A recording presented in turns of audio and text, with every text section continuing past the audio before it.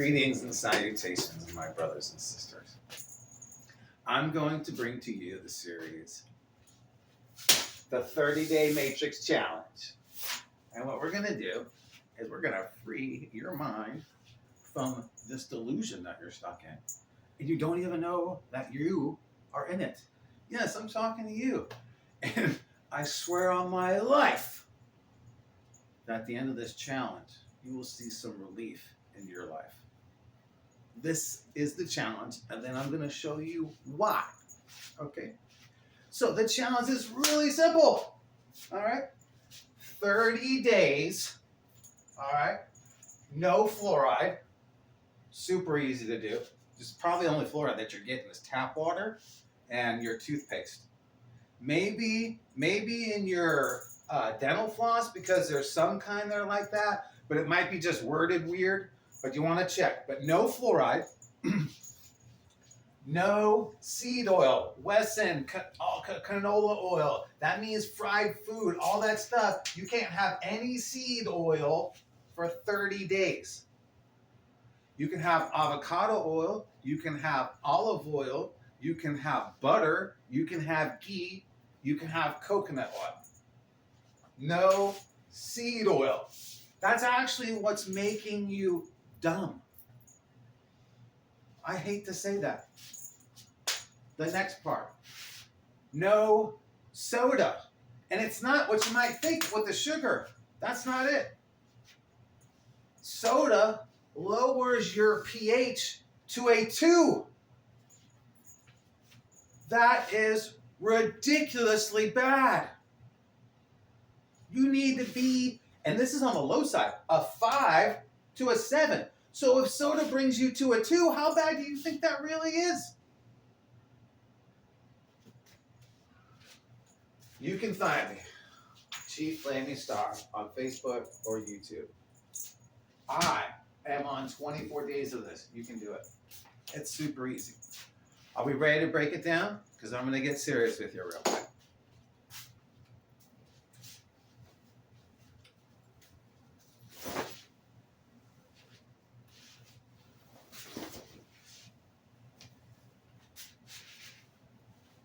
That's right, ladies and gentlemen. I actually have some brains.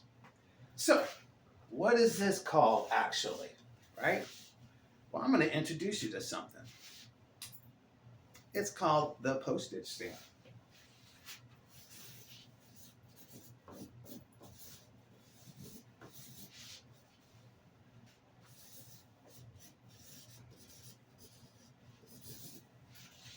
What is the postage stamp? Very simple. You have a thing and it's called parents. You have mom and you have dad. All right? They made you. And when you were young, let's say 1 to 3 we're going to talk about. When you were young, you only had one thing to look at. These two people. So whatever they did, you mimicked and repeated and followed because this is the only thing that you know. And you started to learn the slightest amount of manipulation. Because you know that by crying, they're going to bring you a bottle. They're going to bring you up. They might pick you up and swaddle you.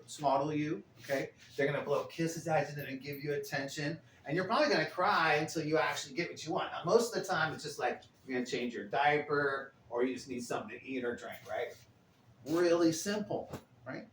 Now you start to crawl around, you're walking and stuff, you're learning some things, and they're talking to you. And you're starting to talk back. And you're starting to understand. Oh, cup. Oh, pen. Oh, doggy. And you're interacting. Now you're learning. But sneak again, because here comes manipulation again. Because then you're starting to learn, oh, I can say something, and then mom or dad is going to come running to me. Well, that's the beginning of you learning the Pavlov system, by the way. Okay. So next, after that, right?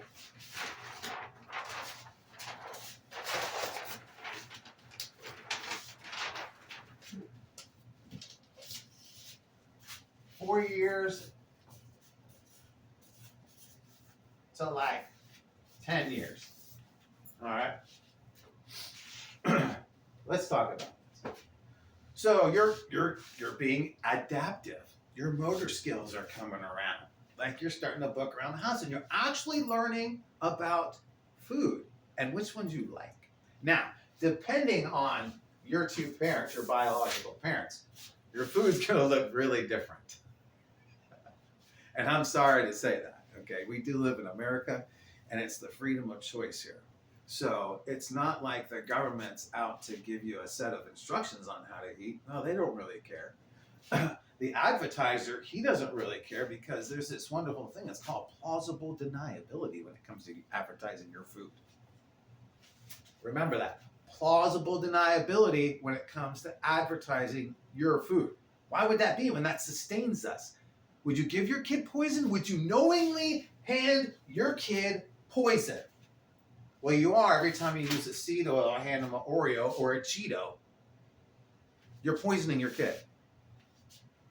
4 to 10 years old, you start to get into this phase of learning about yourself, some of your parts. Okay? Your running, jumping, and hobbies, and your interactions in school. And this is when you get introduced to this wonderful enemy called the intellect mind.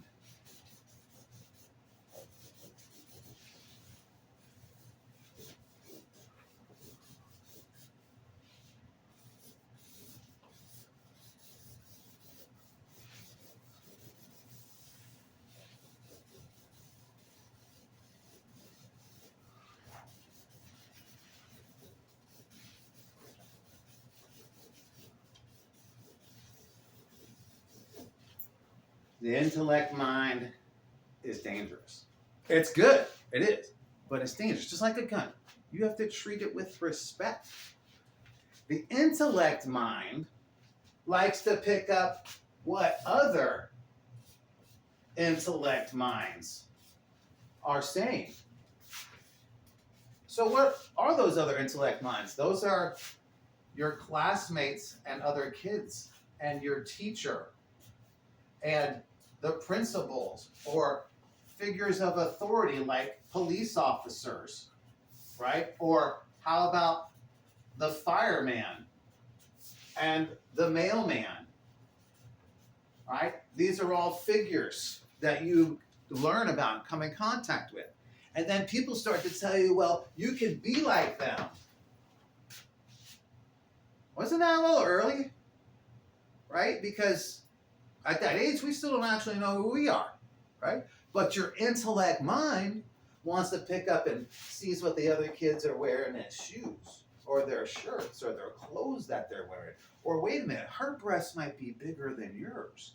Or wow, her cheekbones and face look a lot different than yours do, and they get a lot of attention, or she's wearing a lot of jewelry. Did we just learn about the fear of reproach, people? Because that's where the intellect mind picked that up from. Because it didn't have anything else to compare it to until it saw what? Right. Now, how come we did pick that up? Well, that's because of your diet. And our friend, the seed oil, and what makes you stay that way and listen to that is fluoride. Fluoride makes you very obedient. Yes. Sit in and chill, bro. Yeah, guess what? You'll chill right to your death.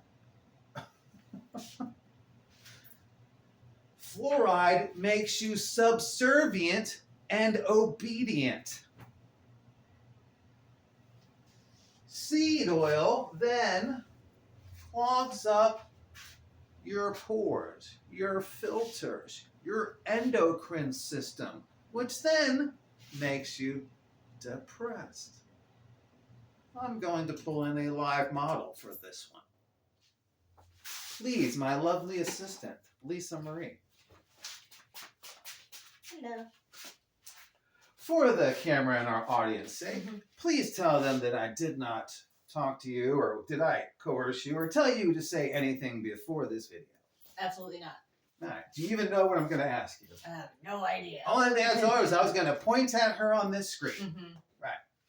Lisa, would you like to tell them what your diagnosis is? I was diagnosed with Crohn's and colitis. And what did they do in order to treat that Crohn's or colitis? First was prednisone, then was a bunch of immunomodulators, and then ultimately surgery, and ultimately looking at my own blood work, I was like, if this stuff is supposed to heal me through my immune system and my white cells are low and they've been low all year, why am I still injecting myself with this stuff? And I decided to stop. And what was the physical surgery that they decided to do to help you? An emergency colon resection. And what is that to our audience? That is when they have to do it right away. So I had to get split down my belly in an emergency, and they took out 4 feet of intestine, including my entire ileum, some of my transverse colon, and another part.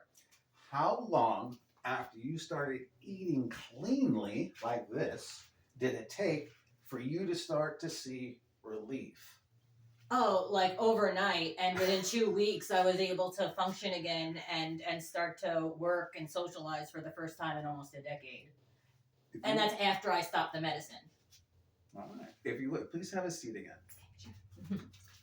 So, let's move. I'm going to say one more thing on that, and then we're going to move to the next age bracket. So, now, we're going to come back to the soda, but the seed oil, right? Okay. How many times have you seen the dude or the chick or your friends or family members that got skinny legs, but their face is all puffed up and they're got a high stomach, right? And their face is all puffy and everything, and they're all like big up here, right? That's not fat. You're not overweight. You're swollen. You're suffering from hematosis because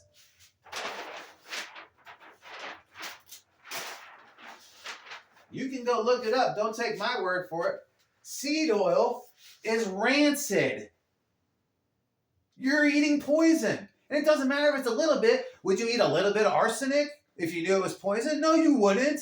Would you eat a little bit of chlorine from the pool? No, you wouldn't, because you know it's poison. So why would you do this? Because you're under this. The fluoride makes you subservient to it. That's also why you probably call me a quack or think that I'm out of my mind telling you this, because how could the government and the TV and the advertising get away with it? Because it's legal. It's 100% legal. Totally legal. 100% will sell you snake oil legally. It's totally legal. Okay? Your face swelled up from rancid oil that you're eating every day. And you want to give that to your kid. I don't think so. So then, after 10, we get into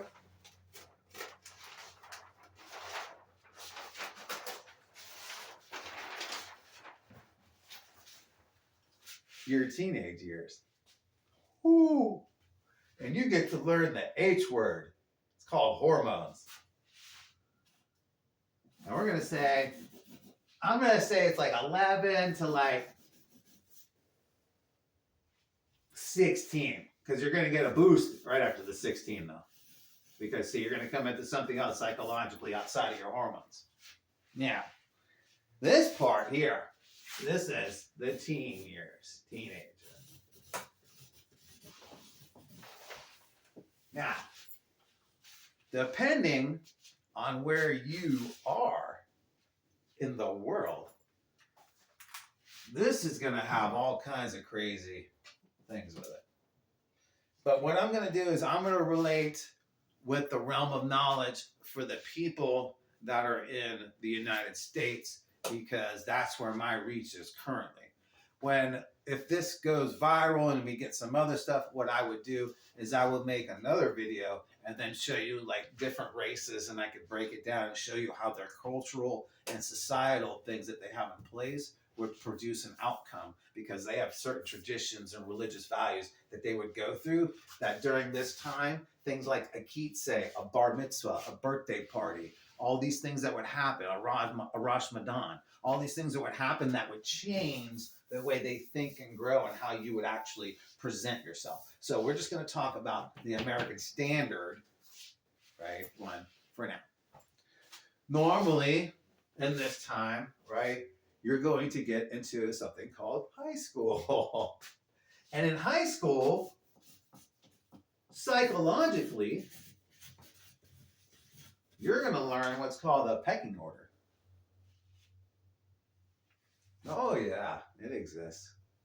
And depending on whether you live in the houses made with the bricks or the houses that were made with sticks or the houses that were made with stucco or the houses that have bars on the windows.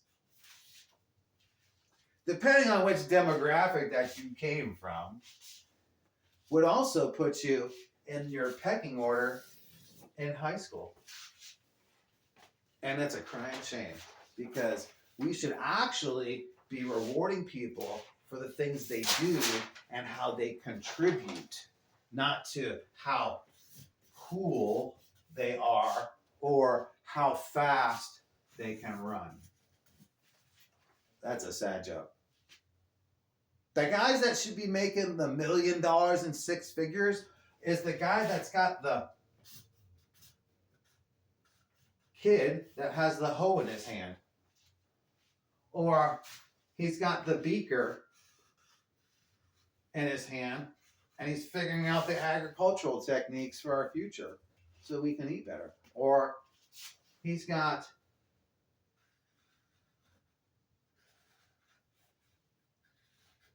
a scale in his hand and he's weighing the truth or the lie.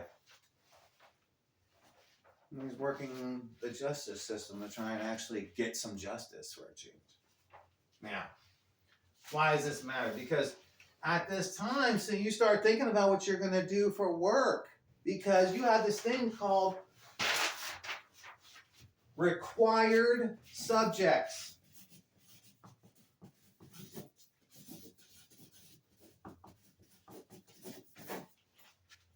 And on these required subjects, you're going to be exposed to something that's called a dogma. Yes, ladies and gentlemen, institutions and colleges and universities have something that's called dogmas. And it's an institution of learning a curriculum. And depending on the dogmas of that college that your parents want you to go to, because that's the first people that are going to start prodding you, you're going to have to look at this stuff and think about it while you're still trying to figure out who the fuck you are. Because you don't know yet, because you had to mimic your way to get this far. Then a lot of things were showing at you. Then sexuality and puberty hit you and blew your mind. You're looking at your friend a little bit more sideways that you kind of grew up because she's a female. And your other friend wants you to hang out and do all this other cool guy shit. But, you know, you kind of stuck, kind of getting pulled towards your friends over here a little bit. You don't know why. Your pants are a little bit itchy. Well, guess what? Because it's a thing called procreation. Right? And when that procreation starts to happen, your intellect mind starts to learn that word again called manipulation. Because then you start to expose yourself to little white lies because you think you're throwing game. That girl knows. Don't think you're the first guy that talked to her. Hello. So in this part, while that puberty's happening, you're eating all this seed oil, all this, and then your brain's getting fed these dogmas. How are you ever supposed to find out who you are and you're being told to sit in a chair while you have boundless amounts of energy? Stuck inside all day when you're supposed to be outside and get burning that energy off. We've got it backwards, folks, okay? We need to grow up and then go to school. Okay, I don't have a problem with school. I really don't. I think it's important. There's different ways we can do it. We don't have to have, buildings in basements where they gotta learn. I mean, you could literally learn outside. You could. Oh, it's too noisy. Well, just go to a quieter spot. It's not that hard, right? But, how do you tell a kid that's full of energy, bounding full, has a million questions about everything going on around them, sit still, shut up, listen? That's not gonna work. And you're feeding them soda all day long? How? How is that ever gonna happen?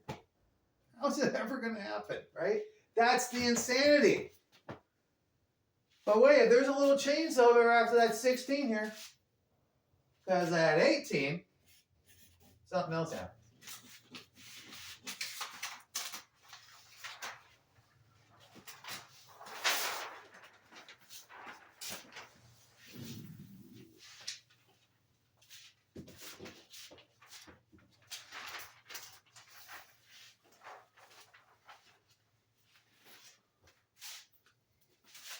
You can do no soda. And it's not so much the sugar and the pH though. The one thing I wanted to add to that was the fact that this has high fructose corn syrup in it. I don't even want to get started on that. Well, that's a video for another time. I could do a video just on that word. High fructose corn syrup. It's ridiculous. But no soda. Because of the pH imbalance in your body. That's why. Sugar's not so much. It's going to take a while for you to quit sugar. Take a while for you to quit caffeine, but that's all on your own.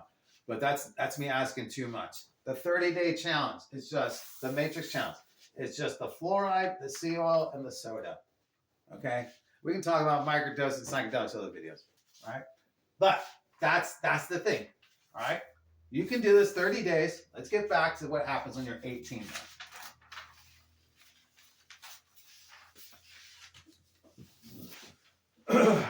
This comes from me, not from textbooks and everything else.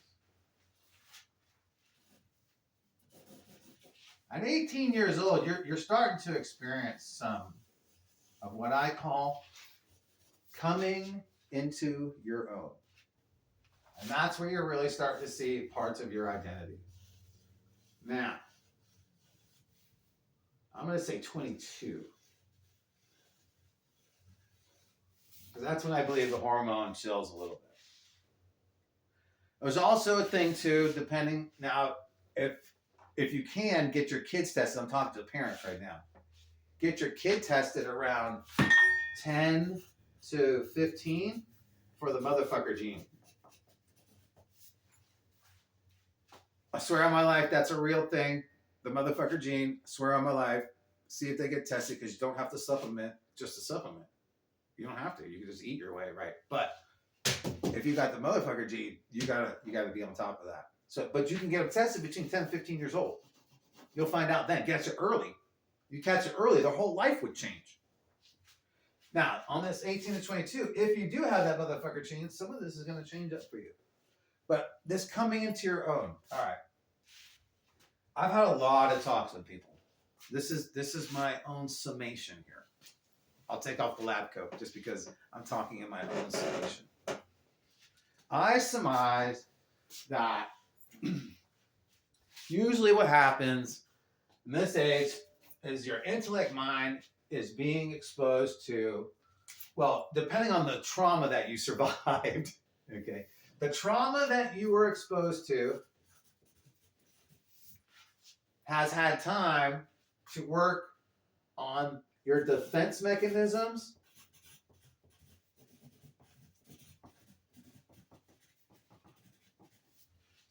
your defensive wall,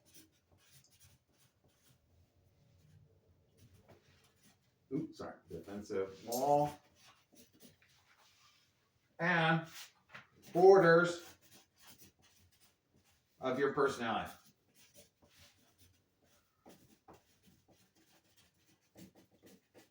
And how that will reflect is So let's say I'll use a woman for an example. The boyfriend cheated on her at 16. She got upset, depressed. The next year, she crashed her car after a party. And 18, she's now 18, and she's getting ready to get hit on again by a guy. What do you think her reactions are going to be? Right? Because she was taught pain, and then she had to deal with pain and depression, and she got into an accident, and her life got fucked up, and her social circles got screwed up because of that breakup. So where do you think that girl's at 18 to 22, and she just came into her own? You ain't gonna tell that girl a fucking thing. Excuse my language. You are not telling that girl nothing. Now, she could be dumb as rocks, that's one thing, right? But the guy could be the same way. Guys are dumb too. We're dumb. We're actually more dumb than women, because women have a better connection with the planet than we do, just naturally, because they're the only thing in the universe that can reproduce. Did you hear me? Females are the only thing that can reproduce in the universe. We would never know. That's why men are from Mars and women are from Venus, right? So in this part here, this girl has experienced this stuff, and it's become a part of her personality. So she might be more shy. She might be more of the wallflower. She might be more of the, hey, in the corner. I don't have to be so noticed. I can chill out, you know. I can wear all black and not stick out in the crowd, right? You can tell. It's in their personalities, right? That's what happens. Now, guys, same thing. Look at the pressure that's on men. Because at 16, you're supposed to be driving, having the car. 18, 20, you're supposed to have a job, because how are you supposed to take the girl out, right? Societal standards, right? Remember, I was talking about coming from, whether or not you came from the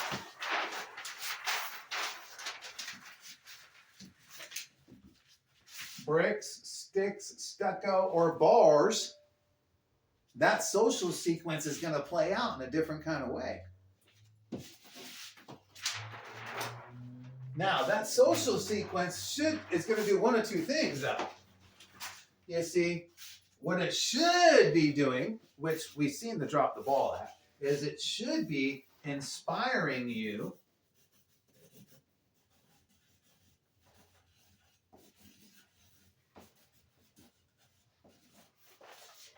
and motivate you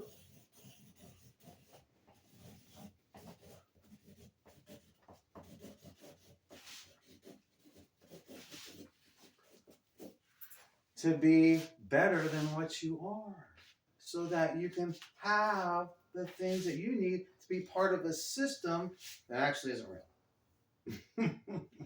But we play this out all the time. This is played out every day. Every day this is played out, okay?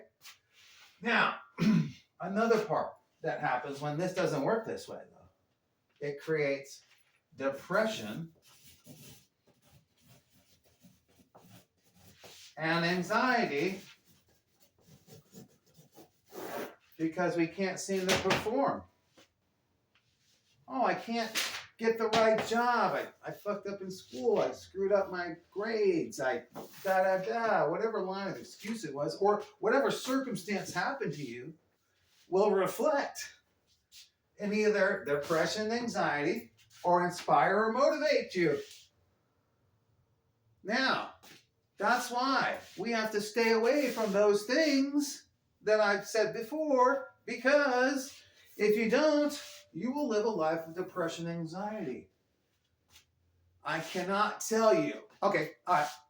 Tell me in the comments whenever anxiety ever did anything for you, or whenever adding anxiety to anything ever produced a different result. Crickets? Oh. In the comments, right? You can do it, right? Or this. Ready? Let's go viral, or burn me at the stake as a liar and a false. Burn me at the stake. I will delete everything and go to the jail and say I'm a fucking scam artist. right? Because here's the thing, folks. If you know anything about trauma, it sticks with you. Just like when you burned your hand on the stove the first time. Whoops, we're not doing that again. Woo! Or you picked up that hot stick, or that firecracker burned up to next to yours. Or you just took a little bit too much of that drug you tried before. Folks, I love you. I currently am fighting 3 terminal illnesses. I'm bigger on Facebook. I'm not so much on YouTube, but you can see my story there. I've told it a few times. But I just want to leave you with this. I know that you can do it. I'm going to do the series all the way through on how to free your mind. I'm going to go up to 28 years old, but then I'm going to start the processes on how to literally unplug. Okay, I'm on day 24. Okay, 24, right? Lisa, please come up again. Lisa here has started a process too, though. She started a letting go process. She currently had 3 psychedelic ceremonies to learn to let go. Would you like to share some of that? Yes. So the first one was, just one mescaline tab, and it was like an interesting experience. After that was the chew, and then I had an ego death, and it basically felt like I wasn't really here, and like everything was like I wasn't together. I felt like a big gaping open wound, and although Ryan was my boyfriend, he's also for this my practitioner, and so I had to be triggered a little bit, a few times to actually release what was inside and deal with it. At this point, it's stuff that was very deeply buried, and I feel like I am on the other side of it now.